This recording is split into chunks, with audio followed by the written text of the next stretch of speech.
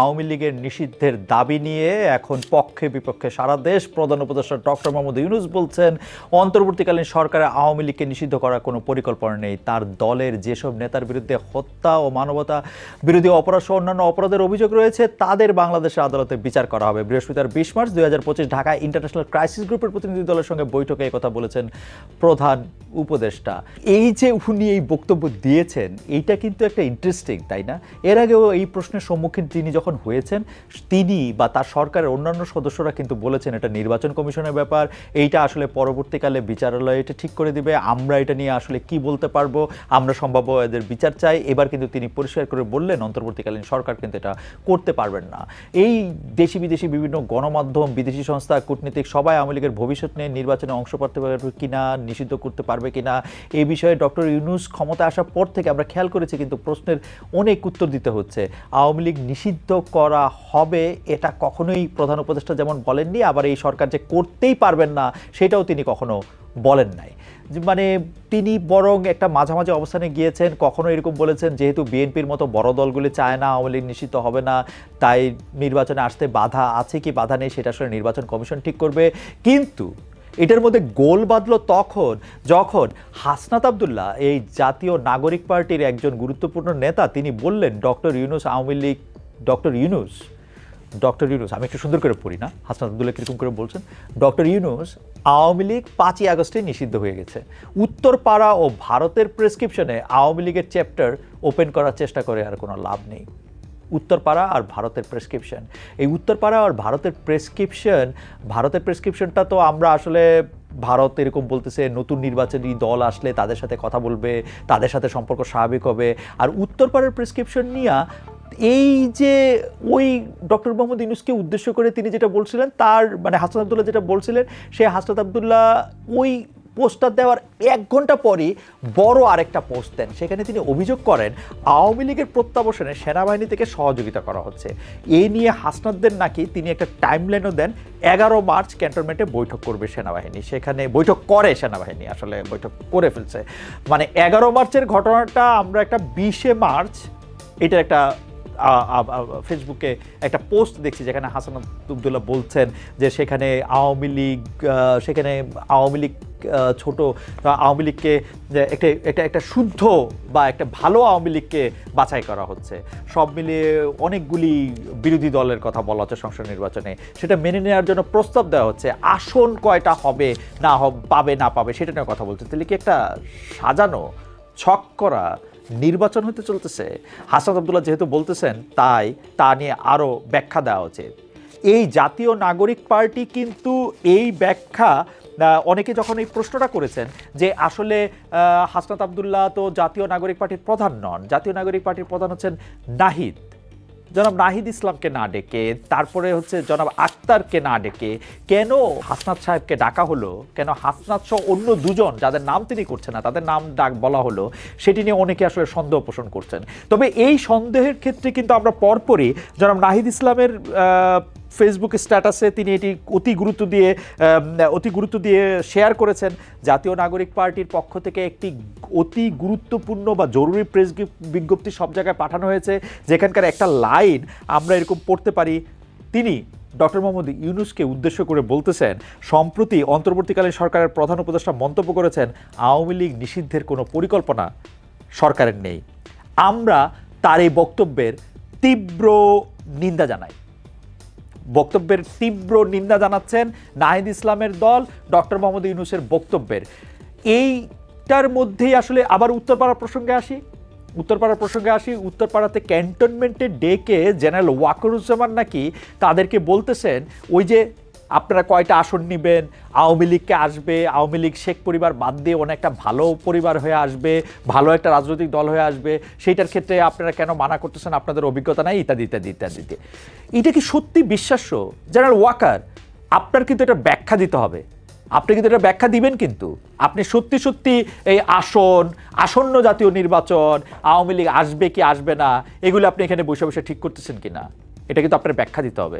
আপনার কিন্তু মনে থাকবে আপনি যদি এটা ভালোর কারণেও করে থাকেন, আপনি যদি কারো ভালো করার জন্য এটা করে থাকেন, তবুও কিন্তু আপনি এটা ব্যাখ্যা দিবেন। এটার ব্যাখ্যা আপনি আজকে বর্তমানের খাতিরে দিবেন, যেই অতীত, যেই জুলাই আগস্টের রক্তের উপর দাঁড়া হয়ে এই নতুন বন্দোবস্ত আসছে, নতুন সরকার আসছে, সেই খাতিরে দিবেন। যেই ভবিষ্যতের দিকে আমরা তাকায় আসি, সেই ভবিষ্যতের খাতিরেও আপনি কিন্তু এই ব্যাখ্যা দিবেন। আপনি ব্যাখ্যা দিবেন জেনারেল ওয়াকার, যে আপনি আসলে বাংলাদেশের রাজনীতিতে কারা পরবর্তী সময় ক্ষমতায় আসবে কি আসবে না তা আপনি এখানে বসে বসে ঠিক করতেছেন কিনা। আপনি কিন্তু ব্যাখ্যা দিবেন আপনি একটি ভালো আওয়ামী লীগের এইখানে পুনর্বাসন হোক সেটার ঠিকাদারি নিছেন কিনা।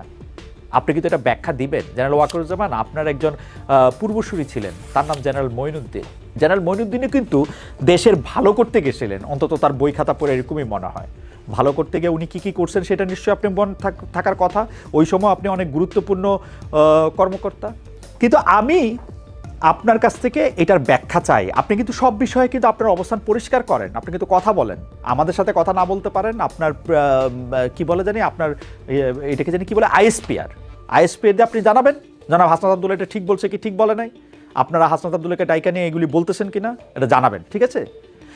আমি যেটা বুঝতেছি না এবং যেখানে আমার একটা কনসার্ন সেটা হচ্ছে যে কোনো একটা গ্রুপের বা কোনো একটা চক্রের কোনো একটা কায়েমি স্বার্থবাদী জায়গার কথা শুই নাকি এই মুখোমুখি করা হইতেছে সেনাবাহিনীর সাথে অন্য কারো। আমরা কিন্তু এর নানা রকম লক্ষণ দেখছি। গত সপ্তাহে কি হয়েছে, তুলসী গ্যাবার্ড কি বলছে, সেটার ব্যাখ্যা সরকার কি দিছে, সেইটার ব্যাখ্যা নিয়ে আরও কত চর্চা হয়েছে, সেগুলি কিন্তু আমরা দেখছি। আমি কিন্তু আবারও দেখতেছিলাম যে যদিও আমরা মুখে বলতেছি তুলসী গ্যাবার্ড যেগুলি বলতেছেন সেগুলির আমরা যথেষ্ট পরিমাণে প্রতিবাদ করছি, কিন্তু সরকারের যেসব জায়গায় জায়গায় যেগুলি ঠিক করার কথা সেগুলি তারা ঠিক করছেন কিনা সেটাও একটু দেখে নিয়েন। জেনারেল ওয়াকার আপনি আপনার বক্তব্য পরিষ্কার করেন, কিন্তু এদিকে আসিফ মাহমুদ সজীব ভুঁইয়া সরকারের আরেকজন উপদেষ্টা, তার একটা ভিডিও ট্রেলার দেখলাম, যে সাক্ষাৎকারের ট্রেলারটাই মাত্র দেখছি, সেই ট্রেলারটার মধ্যে দেখা গেছে জেনারেল ওয়াকার নাকি ডক্টর ইউনূস এই তত্ত্বাবধায়ক সরকারের প্রধান হবেন এই প্রসঙ্গে তিনি একটা ভেটো দিছিলেন।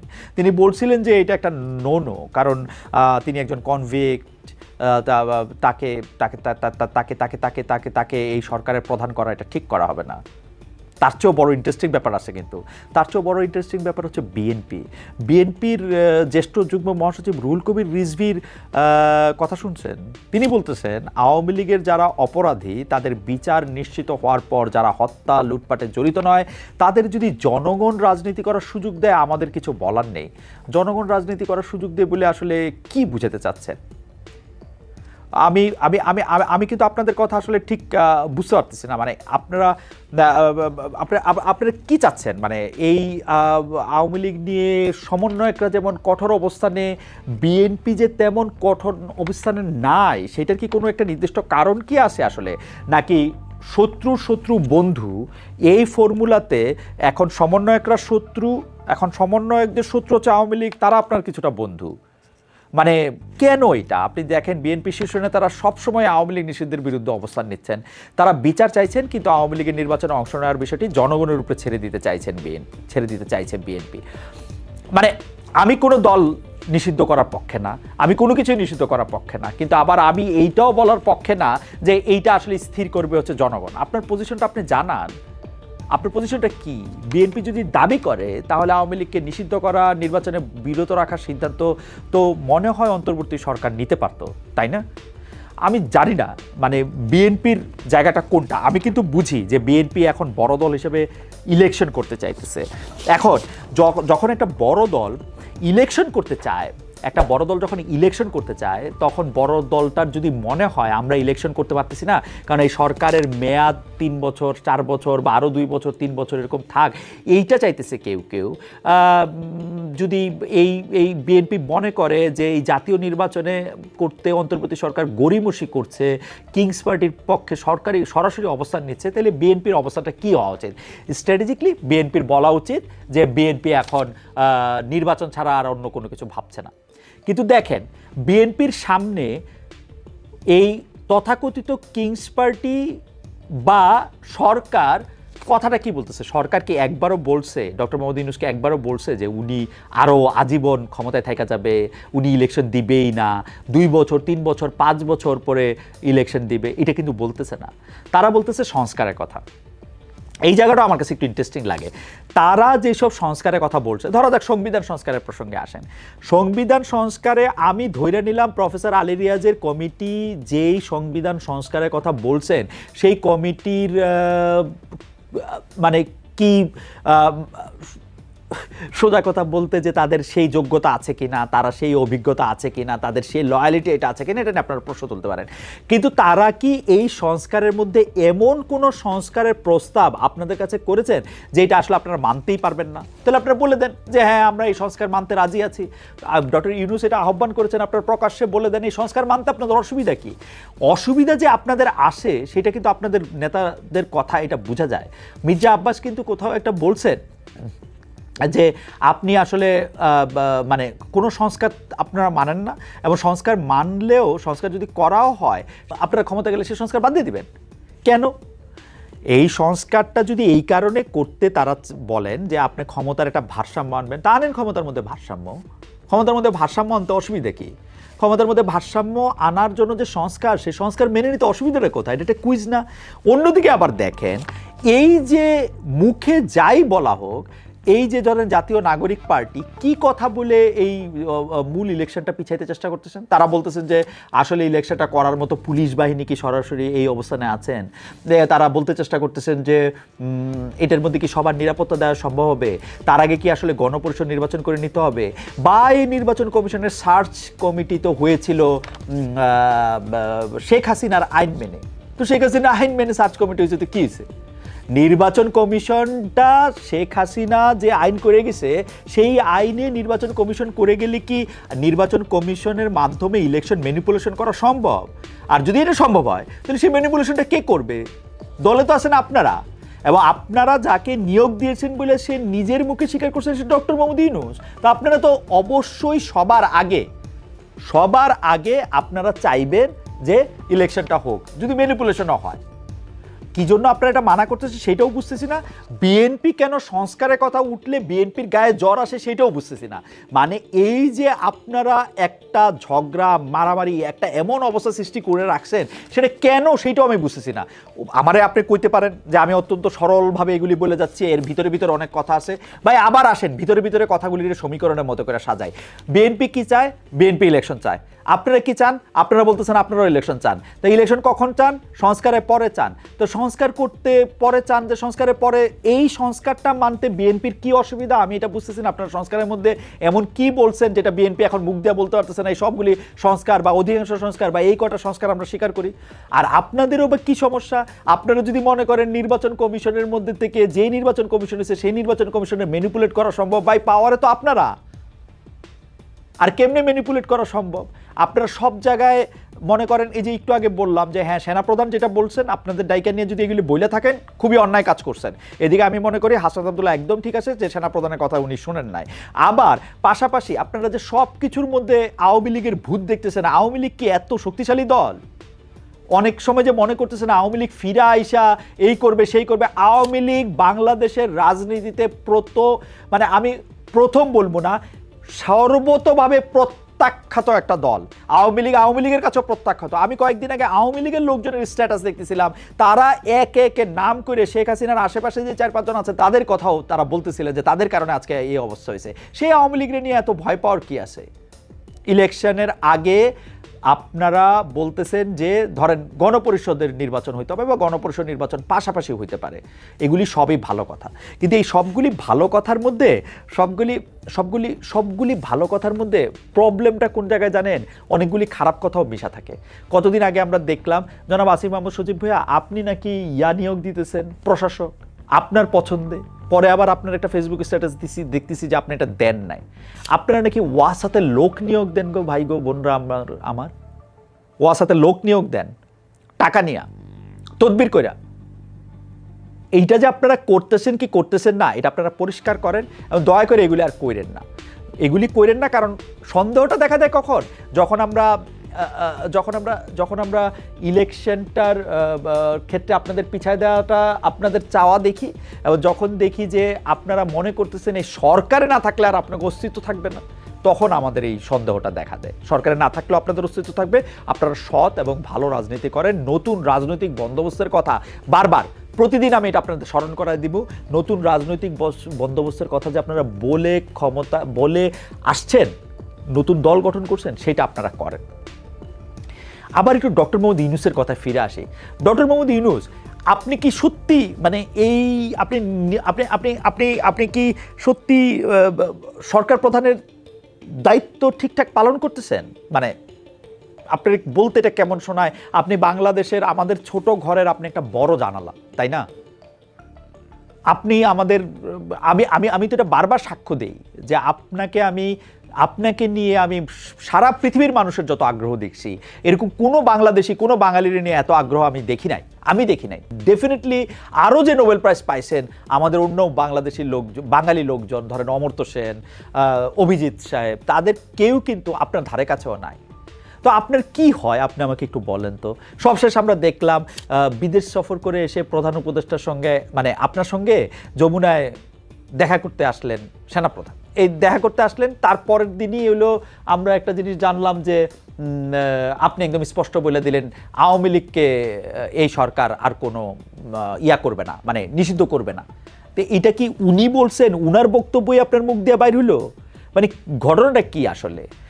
যেমন আমরা নাহিদ ইসলামের দল থেকে যে প্রেস রিলিজ দেওয়া হয়েছে, সেই প্রেস রিলিজের মধ্যে কিন্তু স্পষ্ট করে নাহিদ ইসলামের প্রেস রিলিজ থেকে বলা হইতেছে আওয়ামী লীগ কর্তৃক সংগঠিত পিলখানা হত্যাকাণ্ড, শাপলা হত্যাকাণ্ড, আগ্রাসন বিরোধী আন্দোলনের হত্যাকাণ্ড, গুম, ক্রসফায়ার, ভোট ডাকাতি সহ জুলাই হত্যাকাণ্ডে বিচার প্রশ্নে কার্যকর অগ্রগতি দৃশ্যমান হয় নাই। উনি বলতেছেন দৃশ্যমান হওয়ার আগে রাষ্ট্রের দায়িত্বশীল পদ থেকে এই ধরনের বক্তব্য অনাকাঙ্ক্ষিত। আপনার বক্তব্যকে অনাকাঙ্ক্ষিত বলা হচ্ছে নাহিদ ইসলামের যে দল, জাতীয় নাগরিক পার্টির দলের প্রেস রিলিজে। আসিফ মাহমুদের কথা বলতেছিলাম। আসিফ মাহমুদ, সজীব ভুঁইয়া প্রথমা থেকে জুলাই আন্দোলন নিয়ে একটা বই আসছে, সেখানে কিছু প্রকাশ্যে মানে কিছু অপ্রকাশ্য বিষয় আসছে। সেখানে 5 আগস্ট হাসিনা সরকারের পতনের পর সমন্বয়কেরা তারেক রহমানের সঙ্গে বৈঠক করেছিলেন, তখন তারেক জিয়া নাকি 3 মাসের মধ্যে নির্বাচন আয়োজন করবে এমন একটা অন্তর্বর্তীকালীন সরকারের দাবি করেছিলেন। ইন্টারেস্টিং না? 5 আগস্ট আপনার আগে একটা বৈঠক করলেন, সেই বৈঠকে কে আসে কে নাই সেটা নিয়ে, কার ছবি আপনি বাদ দিছেন সেইটা নিয়েও আসলে কথা উঠলো। আপনি তারপরে হচ্ছে তারেক সাহেব আপনাদেরকে 3 মাসের মধ্যে ওই ইলেকশন করবে এরকম একটা দলের কথা এটা আপনাকে বলল। এটা আপনি মানে এটা আপনাদের মুখে আপনার এই বই বাইর হওয়ার আগে আমরা শুনি নাই। এর কারণ মানে এটা কি হইতে পারে? এটার কারণ বলেন তো। জাতীয় নাগরিক পার্টির আহ্বায়ক নাহিদ ইসলাম বলতেছে নির্বাচন করতেই আমরা রাজনৈতিক দল গড়ে তুলেছি, আর এই নির্বাচন হতে হবে গণপরিষদ নির্বাচন, কারণ গণপরিষদ নির্বাচন ছাড়া নতুন সংবিধান বা সংবিধানের মৌলিক সংস্কার সম্ভব নয়। এইটা একটা ইন্টারেস্টিং পয়েন্ট না? ধরেন গণপরিষদের একবার আমরা শুনছি যে আপনারা দাবি করতেছেন যে গণপরিষদের নির্বাচন আর জাতীয় সংসদের নির্বাচন আপনারা একসঙ্গে করেন, আরেকবার আমরা দাবি করতেছি যে গণপরিষদের নির্বাচন এখন আগে করেন যেখানে সংবিধানের মৌলিক সংস্কার করতে হবে। গণপরিষদের নির্বাচন যদি আপনি এখন করেন এবং সংবিধানের মৌলিক সংস্কারগুলি যদি আপনারা করেন, এটার মধ্যে তো বছরখানেক টাইম নেবে, তাই না?